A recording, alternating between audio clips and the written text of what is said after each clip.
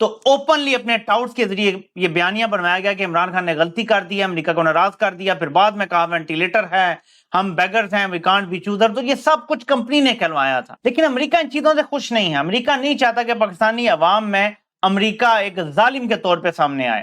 امریکہ کو ایک severe God complex ہے کہ میں جہاں جاتا ہوں وہاں بڑا میں جمہوریت لے آتا ہوں، میں وہاں پہ خوشحالی، لوگوں کے حقوق، یہ وہ بنا کے فالس اور وہ آتے ہیں نیریٹو. اب یہاں پہ نیریٹو 70-80% لوگ امریکہ کے خلاف کھڑے ہیں. امریکہ کو یہ قبول نہیں ہے. تو دیکھنا یہ ہے کہ اس ملاقات کا کیا نتیجہ ہوگا. جو سامنے باتیں بتائی جاتی ہیں نا کہ یہ اس کے لیے ملے تھے، اس کے لیے وہ نہیں ہوتا کبھی بھی. بیہائنڈ دا سین اصل بات کچھ اور ہوتی ہیں. تو یہ چیز ذہن میں رکھیں. جو پاکستان کے ساتھ کیا جا رہا ہے، میں بلکہ ابھی ایک ٹویٹ دیکھ رہا تھا اسحاق ڈار کی، کیونکہ اسحاق ڈار نے پاکستان کی معیشت تباہ کر دی ہے. اب پاکستان کی معیشت تباہ کرنے کے بعد اسحاق ڈار ایک ٹویٹ کرتا ہے، اور میں آپ کو وہ اگر دکھا سکا، اللہ پر یقین رکھو وہ تمہیں ویران کنویں سے نکال کے ساری سلطنت کا بادشاہ بنا سکتا ہے. کہ بڑا اپروپریٹ ہے. ان کے ہاتھ میں کچھ نہیں ہے، ہاتھ انہوں نے کھڑے کر دیے ہیں. وقتی اگر 2-3 ارب ڈالر مل بھی جاتے ہیں کسی دوست ملک سے، وہ بھی قرضہ ہوگا. ہمیں کوئی امداد نہیں ملنے جا رہی مفت میں. جتنا قرضہ بڑھتا جائے گا اتنا زیادہ اتارنا پڑے گا، اتنا زیادہ بوجھ پڑے گا، اتنا زیادہ ہمارا میڈیم ٹو لانگ ٹرم میں ڈیفالٹ ہونے کا خطرہ بڑھتا جائے گا. کیوں؟ ایکسپورٹس کم ہو رہی ہیں. یعنی پیاز پڑا سڑ رہا ہے لیکن کنٹینر چھڑانے کے لیے پیسے نہیں ہیں، ڈالر نہیں ہیں، چند ہزار یا چند لاکھ ڈالر نہیں ہیں کہ وہ چھڑا سکیں.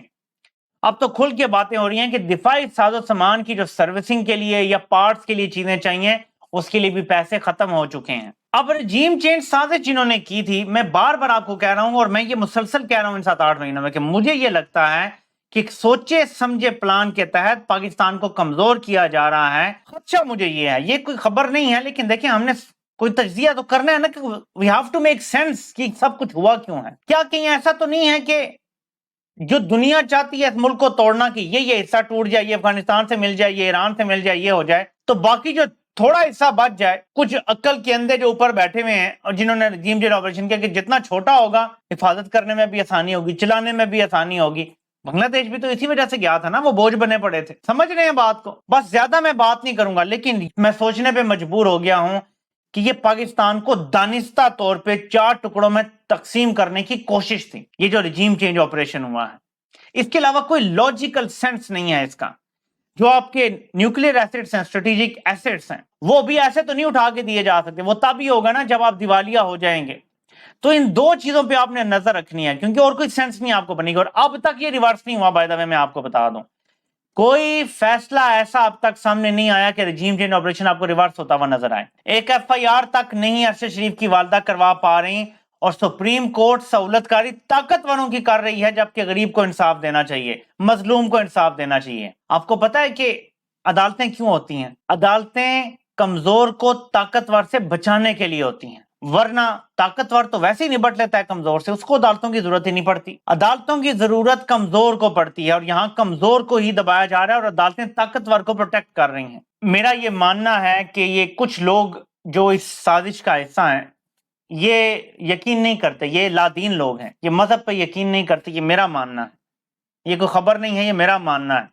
میں آپ کو اس کا ایک لاجیکل وجہ بھی بتاتا ہوں کہ میں یہ کیوں سوچتا ہوں. جو لوگ مذہب پہ یقین رکھتے ہیں وہ کہیں نہ کہیں ڈر جاتے ہیں. ارشد شریف کی شہادت آپ نے دیکھی، کیا محسوس ہو رہا ہے کہ سسٹم میں ذرا سی بھی شرم حیا آپ کو محسوس ہو رہی ہے؟ اللہ کا خوف کسی کو بھی آ جائے، جو ارشد شریف کی جو والدہ ہیں جب جا کے رو پڑی عدالت میں اور کہا مجھے انصاف دے دیں، پھٹ جاتے دل لوگوں کے. لیکن کیونکہ خدا کو نہیں مانتے تو خدا کا خوف بھی نہیں ہے.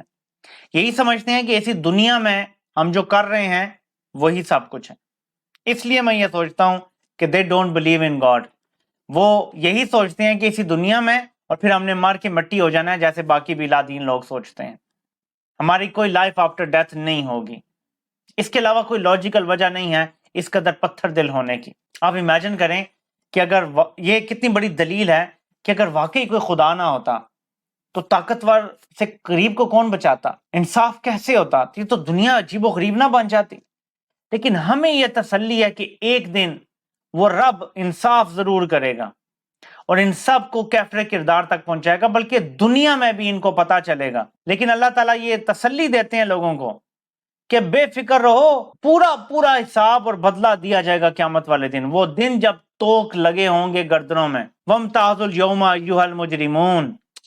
اس کو اگر آپ سمجھ جائیں اس آیت کو وَامْتَازُوا الْيَوْمَ أَيُّهَا الْمُجْرِمُونَ وجوہ یومئذ خاشعہ، ایک دفعہ رونگٹے کھڑے ہو جاتے ہیں، لیکن صرف ان کے نہیں ہوتے جو بلیو نہیں کرتے روز آخرت پہ۔ اگر کرنے والے ہوئے تو آپ کو سسٹم بدلتا ہوا نظر آئے گا، آپ کو بھی پتہ چل جائے گا کوئی کتنا حاجی اور کتنا نمازی ہے۔ آپ سے انشاءاللہ پھر ملاقات ہوتی ہے۔ اللہ پاک آپ سب کا حامی و ناصر ہو۔ سب کے سننے کا بہت بہت شکریہ۔